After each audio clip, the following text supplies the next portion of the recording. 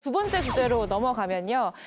토크 주제 두 번째, 이른바 정치인의 PR입니다. 이 네 분도 지금 열심히 하고 계실 텐데 지난 한 주간 상당히 화제가 된 장면이 하나 있었어요.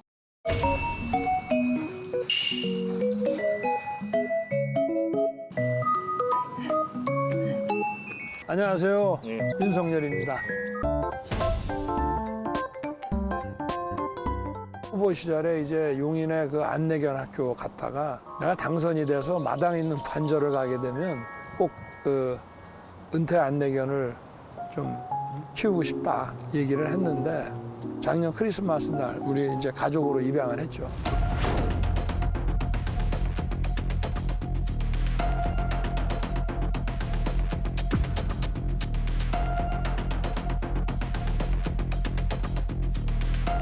어떻게 보셨어요? 저도 상당히 그 단골로 보는 방송이에요.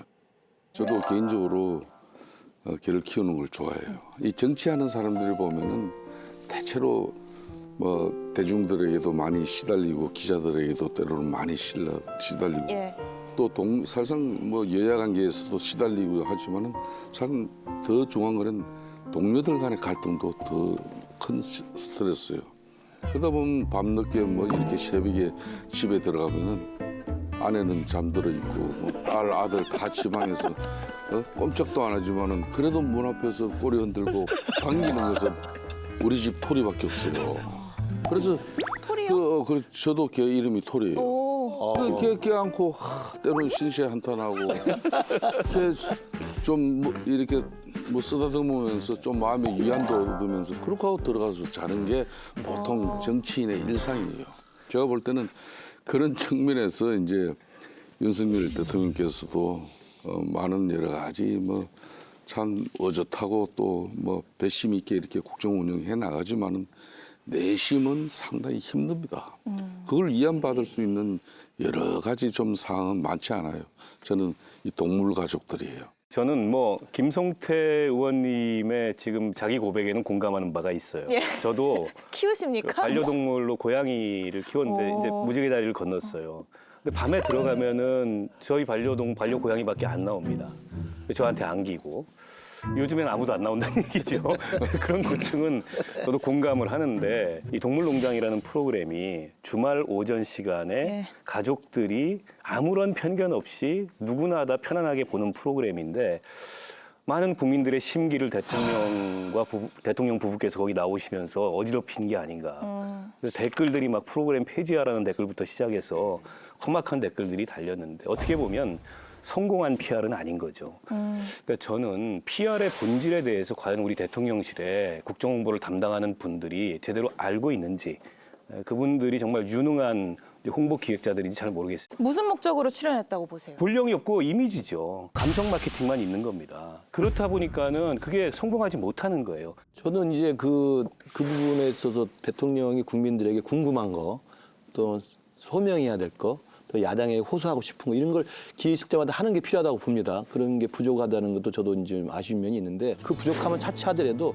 TV 동물농장이라는 동물 예능 프로그램에 대통령 부부 나왔다고 댓글에서 화를 내고 프로그램 폐지하는 것도 저는 이게 정치가 너무 양극화됐다고 생각합니다.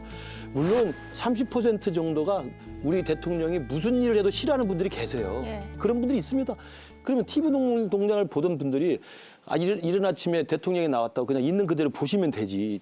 보기 싫다고 거기에 댓글에 거의 무차별적으로 쓰는 것 저는 이게 한국 정치를 극단화시킨다고 생각을 해요. 대통령 부부 같은 경우는 애가 없지 않습니까? 그러면 반려견, 반려묘하고 같이 지내는 게 유일한 낙이고 가족인데 그걸 일상에서 좀 드러내서 이걸 대통령이 나가자고 했겠습니까? TV 프로그램에서 나와달라고 한 거죠. 이런 반응이 나오는 이유는 뭐라 보세요? 정책을 안 해서 그런 거죠. PR이라는 게 뭐의 약자입니까? 피할 건 피하고 알릴 건 알리자. 그건 이제 그냥 우리가 하는 얘기고 실제로는 퍼블릭 릴레이션스입니다. 네, 그렇죠. 그러니까 대중과 어떻게 관계를 만들 것인가가 PR의 본질이거든요. 홍보가 아니에요. 그러니까 그럼 대통령께서 이 프로그램에 출연하기 전에 충분히 국민들과 소통하고 특히나 질문을 받고 뭐 국민들로부터 직접이 어렵다면 언론으로부터 받고 대답하는 과정을 자꾸 만들면 중도층 같은 경우 그래 뭐라고 말하는지 한번 들어보자라는 분위기가 만들어져 있었으면 거기 가서 그런 악플을 다는 사람들이 꾸짖었겠는데 문제는 지금 뭐 국정 지지율에서 나옵니다만 과반수가 넘는 국민들이 대통령 하는 거이 마음에 안 든다고 말을 하고 있잖아요.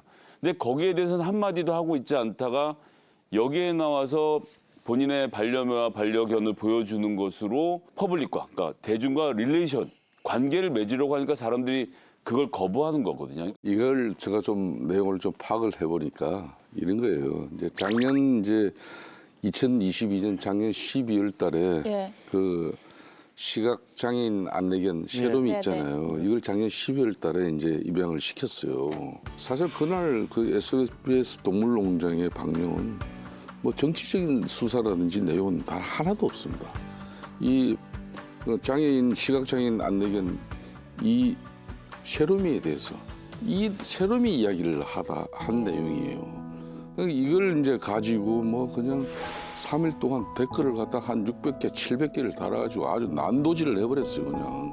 대통령도 저렇게 개와 고양이와 시간 나면 같이 어울려서 그래도 자기의 그런 뭐 마음을 정리를 하고 또 위안을 삼는구나. 이런 정도 받아들이면 되는 건데 이걸 마치 그냥 윤석열 대통령만 자기 PR을 위해 가지고 말이야 동물농장 끌어다 들여가지고 그런 것처럼 이게 그런 거 아니에요.